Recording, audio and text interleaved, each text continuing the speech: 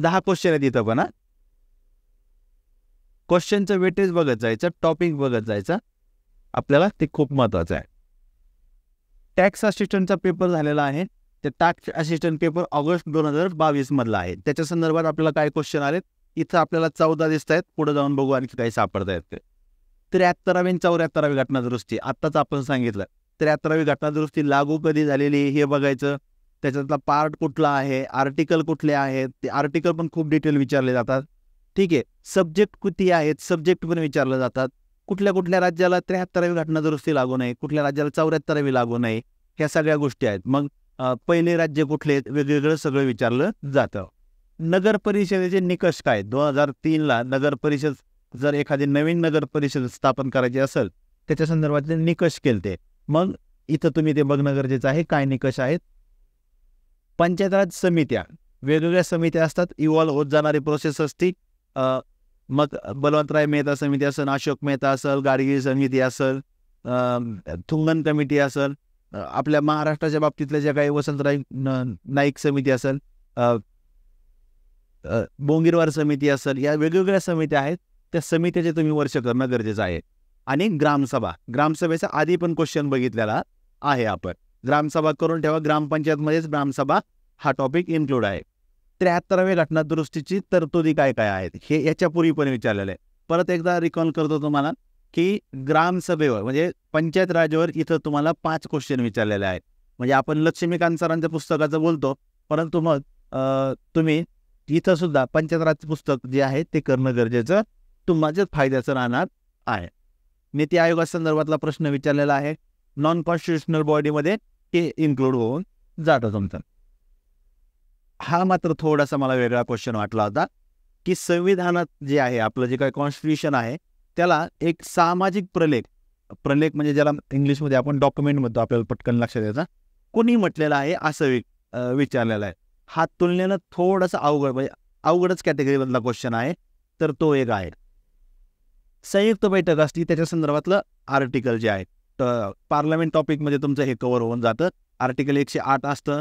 मग आतापर्यंत किती वेळा संयुक्त बैठक झालेली आहे हे सुद्धा तुम्हाला ते करणं गरजेचं आहे. त्याचे निकष काय असतात, बहुमत काय असतं, प्रिसाईड कोण करतं, हे सगळ्या गोष्टी तुम्ही करणं गरजेचं आहे. प्रिॲम्बल, आपली जी काही संविधान आहे त्याची प्रस्तावना जी आहे त्या प्रस्तावनेविषयीचं हे आहे. प्रिॲम्बलमध्ये किती शब्द आहेत, त्याची सिक्वेन्स काय आहे, कुठल्या तारखेला लागू झाली, कुठल्या तारखेला काय काय लागू झालं, हे सगळं त्याच्यात आहे. मग प्रिॲम्बल तुमच्या संविधानाचा भाग आहे की नाही त्याच्या संदर्भातल्या ज्या काही केसेस आहेत ते बघणं गरजेचं आहे. अमेरिकेच्या बाबतीत काय तरतूद आहे हेही बघणं गरजेचं आहे. मला मर्यादा एकच आहे, मला हे इथं सगळं सांगता येत नाही कारण ते खूप जास्त मोठं होतं आहे. फक्त माझा हेतू काय आहे की तुम्हाला हे टॉपिक हायलाईट करून लक्षात आणून देणं की तुम्ही अभ्यास करताना याचा उपयोग करून अधिक चांगला अभ्यास करावा. 10 नंबरचा टॉपिक आहे क्वेश्चन आहे अविश्वास ठराव. नो कॉन्फिडन्स मोशन जे म्हणतो आपण, हा पार्लमेंटमधला टॉपिक आहे, तिथं कव्हर होऊन जाईल. मग जर अविश्वास ठराव आला तर मग विश्वासदर्शक ठराव काय, अविश्वासदर्शक ठरावामुळे कुठले सरकार पडलंय का विश्वासदर्शक ठरावामुळे सरकार पडलंय हे बघणं गरजेचं असणार आहे. ऑगस्ट 2022चा आहे. 11 नंबर बघा, केंद्र राज्याचे वाद झाला. ठीक आहे, तर सुप्रीम कोर्टातला कोणत्या अधिकारानुसार याच्यात तुम्हाला तक्रार दाखल करता येते. ठीक आहे, जे सुप्रीम कोर्टाचे जे काही अधिकार असतात, ओरिजिनल ज्युरिडिक्शन असेल तुमचं, कॉन्स्टिट्युशनल असेल किंवा क्रिमिनल केसेस असेल, इतर कुठलंही असेल, तर त्याच्या बाबतीत मग तुमचं जे काही स्टेट आणि सेंटरचं डिस्प्यूट, स्टेटचं डिस्प्यूट जे असेल त्याच्या संदर्भात कुठल्या ज्युरिडिक्शनमध्ये जातं, एक तर सुप्रीम कोर्टामध्ये पण करू शकता किंवा पार्लमेंटमध्ये किंवा इंटरस्टेट जे काही इंटरस्टेट आहे, आंतरराज्य परिषद म्हणून एक टॉपिक आहे, तिथेही तुम्हाला ते कव्हर होऊन जाईल. 12 नंबर बघा, भारतीय निवडणूक आहे, कॉन्स्टिट्युशनल बॉडी जे असतात त्या कॉन्स्टिट्युशनल बॉडीमध्ये तुमचं हे होऊन जाईल. इंडियन इलेक्शन कमिशन यावर्षी तर ते जास्त रिलेव्हंट आहे कारण त्याची अपॉइंटमेंट कमिटी बदललेली आहे. मग ते तुम्ही 100% करणं गरजेचं आहे. राज्य पुनर्रचना आयोगचे त्याचे सदस्य कोण होते, झोनल काउन्सिलचं ज्यावेळेस म्हटलं होतं मी, झोनल काउन्सिलची स्थापना राज्य पुनर्रचना कायद्यानुसार झालेली आहे.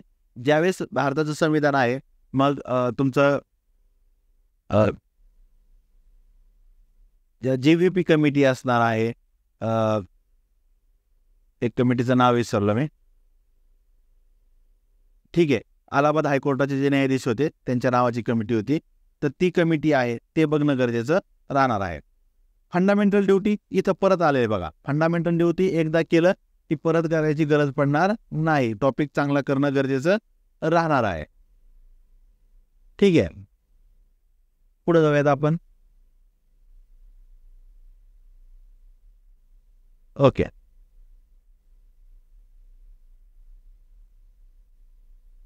ठीक आहे, पुढे बघा.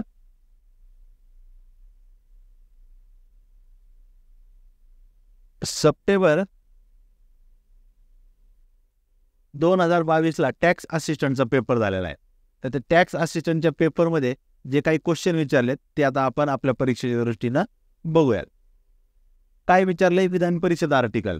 ठीक आहे, विधान परिषदेचे राज्य, कुठल्या राज्यात कुठल्या राज्यात विधान परिषद आहे आणि किती सदस्य संख्या आहेत. मी मगाशीच तुम्हाला सांगितलं की एकदा हा जर टॉपिक केला तर तुम्हाला परत करायची गरज पडणार नाहीये. ठीक आहे, विधान परिषद आपल्याला कितीतरी वेळा येऊन गेलेला आहे. राज्य मंत्रिमंडळ हा सुद्धा स्टेट लेजिस्लेचर मधला आहे किंवा राज्य मंत्रिमंडळ आहे.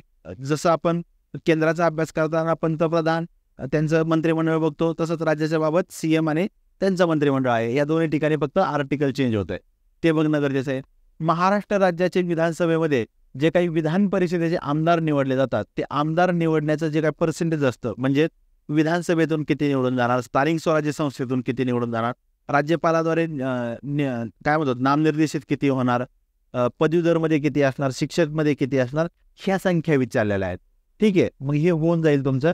हे करणं एकदा गरजेचं आहे. विधान परिषद केलं ना, आता जनरली आता हे महाराष्ट्राचं लक्षणिकांमध्ये नाही दिलेलं. मग तुम्ही काय करू शकता, महाराष्ट्राचं जी काही विधानसभा आहे त्यांच्या वेबसाईटवर जाऊन तिथं एक FAQ म्हणून टॉपिक असतो, पॉईंट असतो, फ्रिक्वेंटली आस्क क्वेश्चन म्हणून. तिथून ही PDF तुम्ही डाउनलोड करू शकता आणि तिथून तुम्हाला ते लक्षात येऊन जाईल. क्लार्कची जी काही एक्झाम झालेली आहे ऑगस्ट 2022. बघा, राज्य कॅबिनेट विषयी विचारलेलं आहे, म्हणजे मंत्रिमंडळ. हे टॉपिक तुम्हाला एकत्र होऊन जातात. SPSC विचारलंय, म्हणजेच काय, स्टेट पब्लिक सर्व्हिस कमिशन, म्हणजेच आपल्या इथं म्हणजे महाराष्ट्र लोकसेवा आयोग, त्याच्या संदर्भातल्या तरतुदी विचारलेल्या आहेत. मग त्यांची नियुक्ती कोण करतं, ठीक आहे, त्यांना पदावरून दूर कोण करतं, मग त्यांना निलंबित कोण करायचा अधिकार आहे, त्यांच्या संदर्भातले आर्टिकल काय काय आहेत, त्या सगळ्या गोष्टी तिथं करणं गरजेचं आहे. राज्य मंत्रिमंडळ विचारलेलं आहे. मग काउन्सिल ऑफ मिनिस्टर असं म्हणतो आपण, आणि कॅबिनेट एक शब्द असतो. कॅबिनेट शब्द कुठल्या आर्टिकलमध्ये, हे सुद्धा तुम्ही करणं गरजेचं असणार आहे. आर्टिकल 164 त्याच्यामध्ये काय काय समाविष्ट आहे. याच्यापूर्वी आपण बघितलं तर आर्टिकल 163 मध्ये कुठले गोष्टी समाविष्ट आहेत. 163, 64 आला. पुढं मॅच द पेअरसाठी आर्टिकल विचारलेत 155, 156, 157, 159. हे 4 आर्टिकल विचारलेले आहेत. त्याच्यात काय तरतुदी आहेत हे समोर मॅच द पेअरसाठी तुम्हाला विचारलेले आहेत. मग ते तुम्ही बघणं गरजेचं असणार आहे. ठीक आहे, पुढे जाऊयात आपण. जो क्लार्कचा दुय्यम निरीक्षकचा पेपर झालेला आहे ऑगस्ट 2022 मध्ये, त्यावेळेस काय काय क्वेश्चन विचारले ते आपण बघूयात. ठीक आहे, ओके.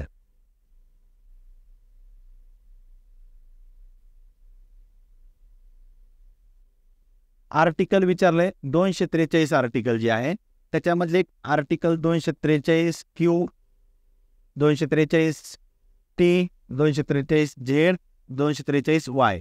याच्यात काय काय तरतुदी आहेत असं मॅच द पेअरसाठी विचारलेलं आहे. पंचायत राजमधलं आर्टिकल आहे, ते तुम्हाला करणं गरजेचं असणार आहे. जिल्हा परिषद विचारलंय. बघा, ग्रामपंचायत जे आहे, ग्रामपंचायत पाहिलं होतं आपण, महानगरपालिका पाहिली होती, नगर परिषद पण पाहिलं होतं. आता तुम्हाला जिल्हा परिषद पण विचारलेलं आहे. मग ते तुम्ही ते लक्षात ठेवणं गरजेचं आहे. 73वी घटना दुरुस्ती किती वेळा आलंय ते तुम्ही बघा, किती महत्व देणं गरजेचं आहे. राज्य मंत्रिमंडळ याच्या अगोदर 2-3 वेळा विचारलंय. ठीक आहे. जिल्हा न्यायाधीश, जिल्हा न्यायाधीशाची नेमणूक कोण करणं, त्याच्यावर नियंत्रण कोण ठेवतं हे आपण बघितलेलं आहे. त्याच्या संदर्भातले आर्टिकल काय आहेत, पार्ट कुठला आहे, हे सगळं बघणं गरजेचं आहे. मध्यंतरी गोवा जे राज्य आहे, गोवा राज्यानं एका व्यक्तीला आजीवन मंत्री म्हणून घोषित केलं होतं.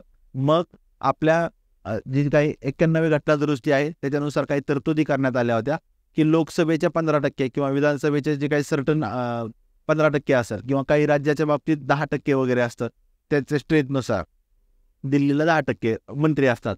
मग त्याच्या संदर्भातले काय काय तरतुदी आहेत मग हे सगळं तुम्ही बघणं गरजेचं आहे. मिनिमम जी संख्या असती मॅक्झिमम संख्या जी काही असती हे सुद्धा बघणं गरजेचं आहे. जिल्हा न्यायालय अल्पसंख्याकाचे निकष काय आहेत. एखाद्याला मायनॉरिटी स्टेटस द्यायचे मग इथं बघा तुम्ही केंद्रात मायनॉरिटी किती आहेत राज्यात मायनॉरिटी किती आहेत हे बघणं गरजेचं आहे. मायनॉरिटी मग तुमचे लिंग्विस्टिक आहेत का रिलिजियस आहेत हे बघणं गरजेचं आहे. मायनॉरिटी संदर्भातले आर्टिकल बघणं गरजेचं आहे. मग कुठल्या आर्टिकलमध्ये आर्टिकल 29 मध्ये काय म्हटलंय की मायनॉरिटी आणि मेजॉरिटीसाठी म्हटलंय का आर्टिकल 30 मध्ये फक्त मायनॉरिटीसाठी म्हटलंय हे सुद्धा बघणं गरजेचं आहे. याच्यावर डायरेक्ट क्वेश्चन विचारले जातात. ठीक आहे. महाधिवक्ता विचार करा तुम्ही किती वेळा विचारलंय ते महाधिवक्ता. DPSP एक टॉपिक केला परत करायची गरज पडणार नाही. फंडामेंटल ड्युटी मूलभूत कर्तव्य परत परत विचारले तेच टॉपिक. संघराज्याचे वैशिष्ट्ये काय आहेत. युनिटरी फीचर्स आणि फेडरल फीचर्स जे आहेत ते इथं दिलेले आहेत. त्याच्यात त्या टॉपिकमध्ये भरपूर डिस्क्रिप्शन दिलेलं आहे. फक्त तुम्ही पाठ करताना किंवा अभ्यास करताना युनिटरी फीचर्स त्याची एक लिस्ट काढायची फेडरल फीचर त्याची एक लिस्ट काढायची विषय संपला. ठीक आहे तेवढंच करणं गरजेचं आहे. मसुदा समितीचे सदस्य कोण आहेत. ड्राफ्टिंग कमिटी जी आहे ड्राफ्टिंग कमिटी. ठीक आहे. ज्यावेळेस आपण मागच्या वेळेस सुद्धा बघितलं होतं की संविधानाच्या ज्या समित्या आहेत मी त्याच्यात तुम्हाला म्हटलं होतं पंडित नेहरू सरदार वल्लभभाई पटेल डॉक्टर बाबासाहेब आंबेडकर आणि डॉक्टर राजेंद्र प्रसाद हे 4 लोक मेजर कमिटीचे होते. त्यातली एक मेजर कमिटी ही ड्राफ्टिंग कमिटी होती मसुदा समिती. त्या मसुदा समितीचे सदस्य कोण होते हे सुद्धा बघणं गरजेचं आहे. पुढे बघूयात आपण फंडामेंटल राईट विषय विचारले म्हणजे मूलभूत हक्काविषयी विचारलेला आहे तर ते तुम्ही बघणं गरजेचं आहे. तो टॉपिक खूप वेळा तोच टॉपिक रिपीट होतोय. क्वेश्चन ठराविक टॉपिकवर खूप जास्त वेळा विचारले जातात त्यामुळं तुम्ही त्याच्यावर लक्ष द्यावं असंच माझं म्हणणं असेल. आता हे एक इंटरेस्टिंग आहे. कृषी ॲग्रिकल्चर आणि पशुपालन याच्या संदर्भातलं आर्टिकल कुठलं आहे हे विचारलेलं आहे त्यांनी आपल्याला. ठीक आहे. DPSP मधलं आहे ते मग तुम्ही ते बघणं गरजेचं आहे. DPSP मधले आर्टिकल पाठ करणं गरजेचं आहे. राज्य निवडणूक आयुक्त इथे विचारलंय. अगोदर काय विचारलं होतं आपल्याला की राज्य निवडणूक आयोगाची स्थापना कुठल्या घटनादुरुस्तीद्वारे केली. नंतर भारताच्या निवडणूक आयोगाविषयी विचारलं. आता तुम्हाला राज्य निवडणूक आयुक्त विचारले पण ते करणं गरजेचं आहे. मतदारसंघ परिसीमन हा एक इंटरेस्टिंग टॉपिक आहे. हा होऊन जाईल तुमचा. जे कॉन्स्टिट्यूशन काय म्हणतो आपण त्याला मतदारसंघ असतात आपली कॉन्स्टिट्युएन्सी असते. कॉन्स्टिट्युएन्सीचं डिलिमिटेशन सीमारेषा ठरवणं या मतदारसंघात किती लोक असणार आहेत मग त्यातले कुठला भाग इन्क्लूड करायचा. मग आतापर्यंत किती वेळा झालेला आहे 1952 1962 1972 2002 त्याचे अध्यक्ष किंवा इतर काय तरतुदी असतील ते बघणं गरजेचं आहे. आता सध्या जे नारी शक्ती वंदन विधेयक मंजूर झालेलं आहे ते सुद्धा लागू होण्याला जनरली असे सध्या चालू आहे की 1934 नंतर वगैरे ते काही लागू होईल म्हणतात. कारण तुम्हाला जनगणना करायची त्याच्या अगोदर त्याच्यानंतर मतदारसंघाचं परिसीमन करायचे आणि मग ते विधेयक लागू होणार आहे कारण त्याची ॲक्च्युअल संख्या आल्यानंतर ते लागू केलं जाईल. त्यामुळे हे चर्चेत आहे. मला वाटतं याच्यावर परत क्वेश्चन येईल मग इथं तुम्ही करायला हरकत नाही. चर्चेत आहे खूप. क्लार्कचा जो ऑक्टोबर 22 पेपर झालाय त्याच्याविषयीचा आपण बघू. जे JB कृपलानी होते त्यांनी कुठला पक्ष स्थापन केलेला आहे हा एक आहे क्वेश्चन. लक्ष्मीकांत सरांच्या पुस्तकात काही पाठीमागं पॉलिटिकल पार्टीज दिलेल्या आहेत तिथेही तुम्हाला तो कव्हर होऊन जाणार आहे. फार डीपमध्ये जाणं गरजेचं नाही. हा एक वेगळा क्वेश्चन आहे. स्वातंत्र्यपूर्व काळात भारत जो आहे भारत देश हा लोकशाहीसाठी अपात्र आहेत असे वेगवेगळे जे काही फॉरेनचे तज्ज्ञ लोक होते म्हणतात ते सो कॉल्ड तज्ज्ञ ते म्हणायचे भारत लोकशाहीसाठी अपात्र आहे. त्याचे काय कारण आहेत ते कारण विचारले होते. हा क्वेश्चन तुम्हाला ओव्हरऑल अंडरस्टँडिंगवरूनच सॉल्व्ह करता येईल तुम्हाला. घटना समिती त्याच्याविषयीचे विचारले. कॉन्स्टिट्युएंट असेंब्ली आपण वरती संविधान सभा म्हटलंय. संविधान सभा घटना समिती सेम आहे तर ते सुद्धा बघणं गरजेचं आहे. तो टॉपिक खूप वेळा रिपीट झाला आहे. विधान परिषद बघा किती वेळा रिपीट झालेला आहे. आर्टिकल 15 16 14 17 हे 4 आर्टिकल विचारलेत मॅच द पेअरसाठी. त्याला आपल्याला हे जोड्या जुळवायच्या तिथं ते बघणं गरजेचं आहे. फंडामेंटल राईट मधला टॉपिक आहे. हा एक क्वेश्चन आहे. केंद्र राज्य संबंधासंदर्भात, सेंट्रल स्टेट रिलेशन संदर्भात जे वेगवेगळे आयोग होते ते आयोग कुठले आहेत? म्हणजे तुम्हाला राजमन्नार कमिशन माहीत असतं, आनंदपूर साईड ठराव माहीत असतो, ठीक आहे. त्याच्यानंतर सरकारी कमिशन आहे. सरकारी कमिशनवर तर खूप वेळा क्वेश्चन विचारतात. पुंची कमिशन समिती आहे, ठीक आहे. वेस्ट बेंगॉल मेमोरंडम आहे. हे सगळं बघणं गरजेचं आहे. त्याच्यातलं विशेष करून सरकारी कमिशनवर क्वेश्चन विचारण्याचे त्यांचं खूप जास्त प्रमाण आहे, ठीक आहे. ओके, संघराज्य इथं आहोत आपण.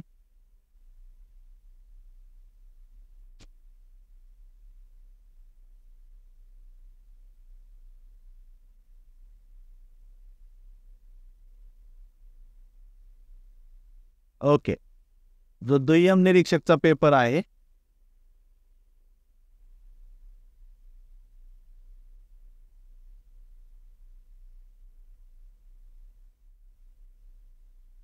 त्या दुय्यम निरीक्षकच्या पेपरमध्ये आपल्या पॉलिटी या टॉपिकवर काय काय क्वेश्चन विचारलेत बघू. संख्या बघा, 11 क्वेश्चन विचारलेले आहेत आपल्याला.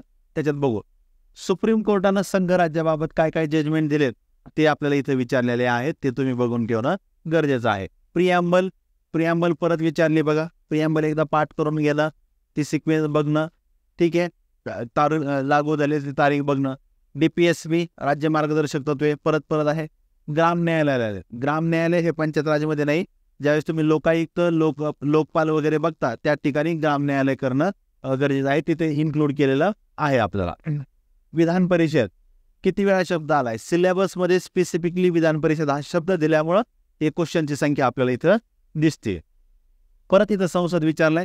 संसदेत मग राज्यसभेला जे काही धनविधेयक मांडायचं असतं, मनी बिल असतं, त्या मनी बिल संदर्भात राज्यसभेला काय काय अधिकार दिलेले आहेत हे विचारलेलं आहे. मी म्हटलं तुम्हाला, ज्यावेळेस तुम्ही संसद करायला घ्याल त्यावेळेस कम्पॅरेटिव्हली करणं गरजेचं आहे. राज्यसभेला कुठले अधिकार आहेत, मग लोकसभेपेक्षा जास्त कधी आहेत का, कमी आहेत का, इक्वल आहेत, हे बघणं गरजेचं आहे. हा एक वेगळा क्वेश्चन आहे. एकदम प्लेन क्वेश्चन आहे, फक्त त्याच्याकडे वेगळं बघायचंय. असे कोणते पंतप्रधान होऊन गेले आत्ताच्या इतिहासात जे कधीच CM वगैरे राहिलेले नव्हते, ठीक आहे. लक्ष्मीकांत सरांचा जो चॅप्टर आहे पंतप्रधान, हा जो टॉपिक आहे आपला, तर त्या टॉपिकमध्ये सगळ्यात शेवटच्या पेजवर त्यांनी ही लिस्ट दिलेली. मग मोरारजी देसाई असणार आहेत, VP सिंग असणार आहेत, चरण सिंग असणार आहेत, नरसिंह राव असणार आहेत, आत्ताचे पंतप्रधान नरेंद्र मोदी असणार आहेत. हे जे काही पंतप्रधान झाले हे याच्या पूर्वी कुठल्या ना कुठल्या राज्याचे मुख्यमंत्री होते. परंतु चंद्रशेखर जे आहेत ते चंद्रशेखर हे फक्त खासदार होते. खासदार कुठल्याच राज्यात मंत्री पण नव्हते, केंद्रातही मंत्री नव्हते.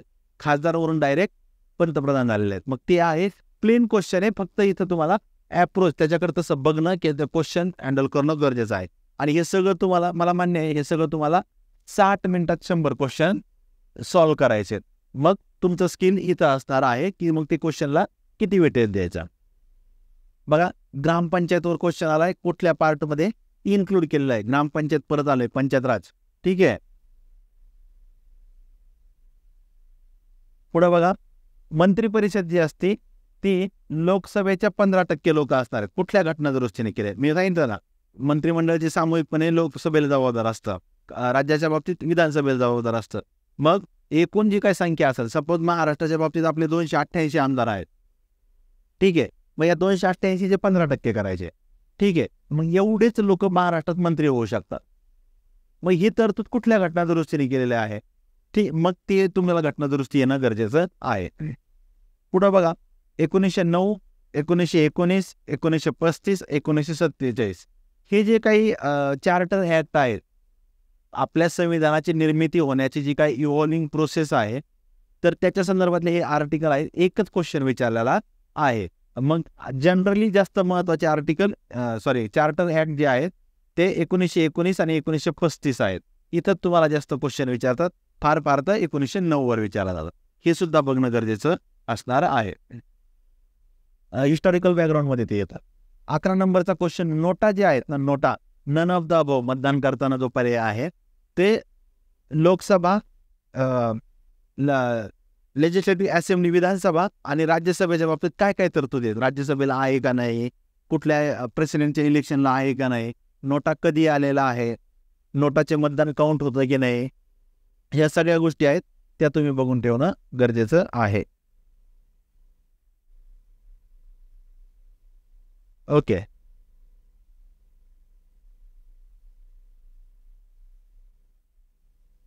पुढे जाऊयात आपण.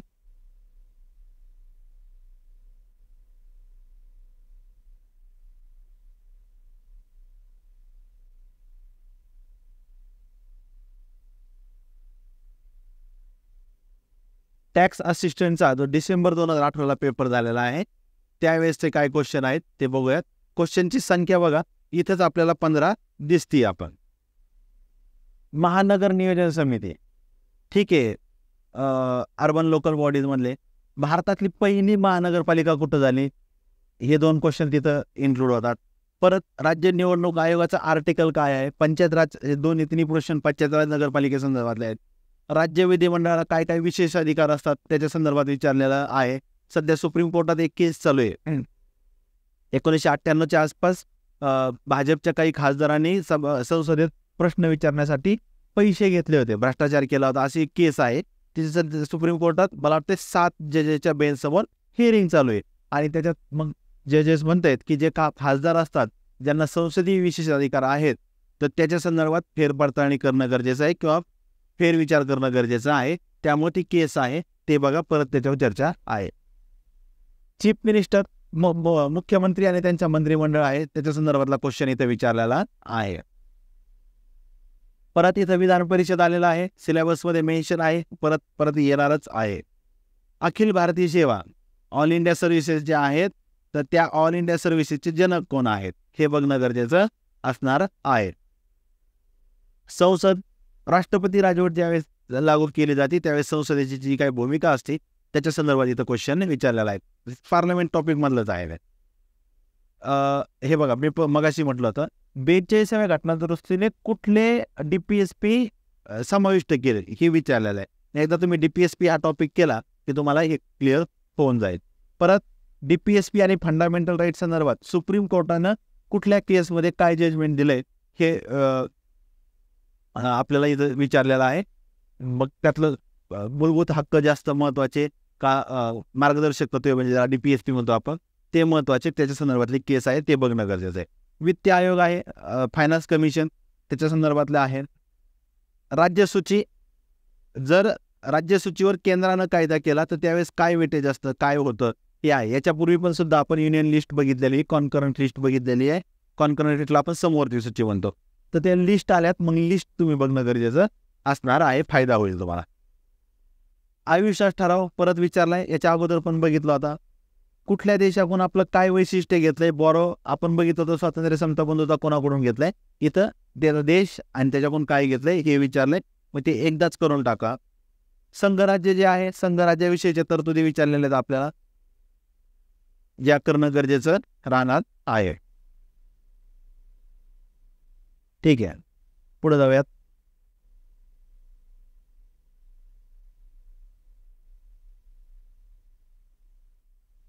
क्लार्कचा ऑक्टोबर 2018 मध्ये एक पेपर झालेला आहे. त्या पेपरमध्ये आपल्याला काय विचारलंय हे आपण बघूयात.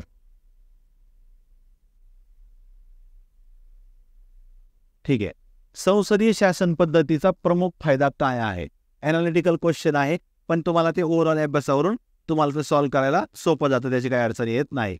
फंडामेंटल ड्युटी, मूलभूत कर्तव्याचा हेतू काय आहे हे विचारलेला आहे. टॉपिक क्लिअर केला की तुम्हाला हे सुद्धा वेगळं करायची गरज पडणार नाही. विधान परिषदेचं आर्टिकल, विधान परिषद इतक्या वेळा विचारलंय की तुमचा त्याच्यात चुकूनही मार्क नाही गेला पाहिजे. ठीक आहे, ग्रामपंचायत परत परत विचारलंय, ग्रामपंचायत करणं गरजेचं आहे. या सगळ्या ह्याच्यात तुम्हाला कुठेही कॅन्टॉन्मेंट बोर्डवर क्वेश्चन विचारलेला दिसणार नाही. मग ते करायचं की नाही करायचं हे आपल्याला लक्षात येतं. पंचायत राज समिती आहेत, समित्यावर विचारलाय, मग ते करायला लागणार आहे. सध्या हिमाचल प्रदेशमध्ये जे काही कॅन्टॉन्मेंट बोर्ड आहेत ते कॅन्टॉन्मेंट बोर्ड आपल्या लोकल ज्या काही बॉडी आहेत त्याच्यात विलीन करायचं एक हे झालेलं आहे. मग त्याच्या संदर्भात कॅन्टोन्मेंट बोर्ड ऑलरेडी चर्चेत आहे. मग तुम्ही ते एकदा बघून घ्यावं असं मला वाटतंय, कारण चर्चेत आहे. चर्चेत असेल तर आपल्याला प्रश्न येण्याची शक्यता खूप जास्त वाढत असते. आणि आपल्या या ॲनालिसिसचा शेवटचा जो पार्ट आहे, शेवटचा पेपर आहे, तो आता आपण इथं थोडक्यात बघू. म्हणजे तुम्हाला तुमचा पॉलिटीचा अभ्यास करताना ते फायद्याचं होऊन जाईल. ओके, बघा, राज्य लोकसेवा आयोग विचारलेला आहे. याच्यापूर्वी सुद्धा SPSC हा टॉप पॉईंट बघितलेला आहे आपण. तुम्ही PDF मध्ये तुम्हाला लक्षात येईल. मग राज्य लोकसेवा आयोग करून घ्यायला हरकत नाही. त्याचे आर्टिकल हे CM आणि काउन्सिल ऑफ त्याची मिनिस्टर जे आहेत, मुख्यमंत्री आणि त्यांचं राज्य मंत्रिमंडळ यांच्या संदर्भातल्या तरतुदी आहेत, त्या बघायला हरकत नाही. परत एकदा आर्टिकल विचारलेले आहेत. आर्टिकल 154, 55, 56, 57 याच्यापूर्वी हे आर्टिकल विचारलेत, परत रिपीट झालेत. आर्टिकल पाठ करणं गरजेचं आहे. मग कुठले आर्टिकल पाठ करायचे किंवा कुठल्या घटना दुरुस्ती करायच्या, बऱ्याचशा टेलिग्राम चॅनलवर त्याची एक लिस्ट व्हायरल होते की इथून मागं वेगवेगळ्या MPSCद्वारे घेण्यात येणाऱ्या स्पर्धा परीक्षेमध्ये जे काही आर्टिकल विचारलेले आहेत त्या आर्टिकलची लिस्ट आणि घटना दुरुस्तीची लिस्ट, तेवढेच आर्टिकल करा. सगळे आर्टिकल करत बसू नका. राज्यपालाचे अधिकार आणि कार्य, याच्यापूर्वी राज्यपालावर क्वेश्चन विचारलेला आहे. परत इथं विचारलंय सुप्रीम कोर्ट वाचा जो फंडामेंटल राईट आणि DPSC संदर्भातली जी काही केस आहे ती केस विचारली. याच्या अगोदर सुद्धा आपण ते केस तसे डिस्कस केलेले आहेत. बेसिक स्ट्रक्चरचा जो भाग असतो तिथं तुम्हाला ते येऊन जाईल. विधान परिषद, बघा किती वेळा विधान परिषद आलेलं आहे. पंतप्रधान आणि प्रेसिडेंट यांचं जे रिलेशन असतं ते कुठल्या आर्टिकलमध्ये मेन्शन केलेलं आहे. पंतप्रधानांनी आपल्या केलेल्या कामाची माहिती राष्ट्रपतींना प्रोव्हाइड करायची असती, तर ते कुठल्या आर्टिकलमध्ये आहे. पुढं बघा, विधानसभा, विधान परिषद यांची जास्तीत जास्त आणि कमीत कमी सदस्य संख्या किती असती याच्याविषयी विचारलेला आहे. संविधानानं अल्पसंख्याक दर्जा देण्यासाठी काय निकष वापरलेत. अल्पसंख्याक याच्यापूर्वी पण क्वेश्चन बघितलेला आहे आपण, आणि इथेही आता आपण क्वेश्चन आलेला आहे. आणि शेवटचा क्वेश्चन आहे आपला DPSP. हे जे या दुय्यम निरीक्षकच्या एक्झामला सुद्धा जवळपास 10 क्वेश्चन आपल्याला इथं विचारलेले लक्षात येत आहेत. अशा प्रकारे जे काही ग्रुप सीच्या मेन्ससाठी तुम्हाला अभ्यास करताना उपयोगाला येईल या हिशोबानं आपण हे ॲनालिसिस केलेलं आहे. तर या ॲनालिसिसचा हेतू एकच आहे, परत तेच सांगतोय, तुम्ही तुमचा अभ्यास करताना डेली हे क्वेश्चन बघणं गरजेचं आहे. जो कुठला टॉपिक अभ्यास करायला घ्याल त्याचा अभ्यास करताना तुम्ही मग हे प्रिव्हियस इयर क्वेश्चन बघणं गरजेचं आहे. हे ॲनालिसिस वापरा किंवा तुम्ही तुमचं स्वतःचं ॲनालिसिस करा. पण लक्षात ठेवा, अभ्यास करण्यापूर्वी, दिवसभराची सुरुवात करण्यापूर्वी त्या विषयाचे त्या टॉपिकचे प्रिव्हियस इयर क्वेश्चन बघितलेच पाहिजेत. डेली 2 ते 3 तास जरी याला गेले तरी ते फ्रुटफुल आहे. शेवटला एवढं सांगतो, आपली एक्झाम ही पुस्तकं वाचायची नाही तर MCQ सॉल्व्ह करायची आहे. त्यामुळे तुम्ही वेगवेगळ्या टेस्ट सिरीज जे असतील त्या टेस्ट सिरीज ऑफलाईन शक्य असेल, कारण ग्रुप सीला 1 तासात तुम्हाला 100 क्वेश्चन सोडवायचे. मग 1 तासापेक्षा मग 60 मिनिटात जर बघितलं, 60 मिनिटात 100 क्वेश्चन सोडवायचे. आणि मग बऱ्याच वेळा काय होतं, आपण मॅथ रिजनिंगचे जे 20 क्वेश्चन असतील त्याच्यात अडकून पडतो. मग टाईम मॅनेज होत नाही. मग त्याच्यासाठी एक चांगल्या क्लासची टेस्ट सिरीज लावा, तिथं प्रॅक्टिस करा, त्याचं ॲनालिसिस करा, आणि मग तुम्हाला ते अजून कुठल्या सब्जेक्टमध्ये तुम्ही कमी पडलेला आहे हे लक्षात येईल. आणखीन एक, तुम्ही अभ्यास करताना प्रत्येकाला एखादा विशिष्ट विषयात चांगली गती असते. कुणाला पॉलिटी चांगलं येतं, कुणाला सायन्स चांगलं येतं, कुणाला करंटला मार्क येतात. म्हणून आपले स्ट्रॉंग पॉईंट कुठले आहेत हे ठरवा. स्ट्रॉंग पॉईंटमध्ये तुम्हाला जास्तीत जास्त मार्क कसे पडतील हे बघा. आणि जी वीक सब्जेक्ट असतील ते वीक सब्जेक्ट साईटला न ठेवता, म्हणजे त्याचा अभ्यासच न करणं किंवा दुर्लक्ष करणं, तर ते असं न करता त्याला अबोव ॲव्हरेज कसे मार्क येतील किंवा ॲव्हरेजपेक्षा ॲव्हरेज इतके जरी आले तरी चालतील, हे मार्क कसे येतील हे बघणं गरजेचं आहे. आणि ज्यावेळेस तुम्ही टेस्ट सिरीज लावाल, परीक्षा आल्यावर टेस्ट सिरीज लावण्यापेक्षा आत्ताच कुठलीही टेस्ट सिरीज लावा, जेणेकरून तुम्हाला ते इम्प्रूव्हमेंट व्हायला वेळ मिळणार आहे. गोल्डन ऑपॉर्च्युनिटी आहे. जवळपास 8,000च्या आसपास जागा आहेत आणि एवढं सगळं उपलब्ध झालेलं आहे, तर त्याचा तुम्ही फायदा घ्यावा अशीच माझी अपेक्षा आहे. ठीक आहे, हे डिस्कशन आहे. आपण इतरही विषयाचं तुम्हाला उपलब्ध करून देणार आहोत. तुमचे जे काही सजेशन असतील आम्हाला, तर त्याही तुम्ही आम्हाला कमेंट बॉक्सवर सांगू शकता. चालेल, आज आपण इथं थांबूयात. थँक्यू.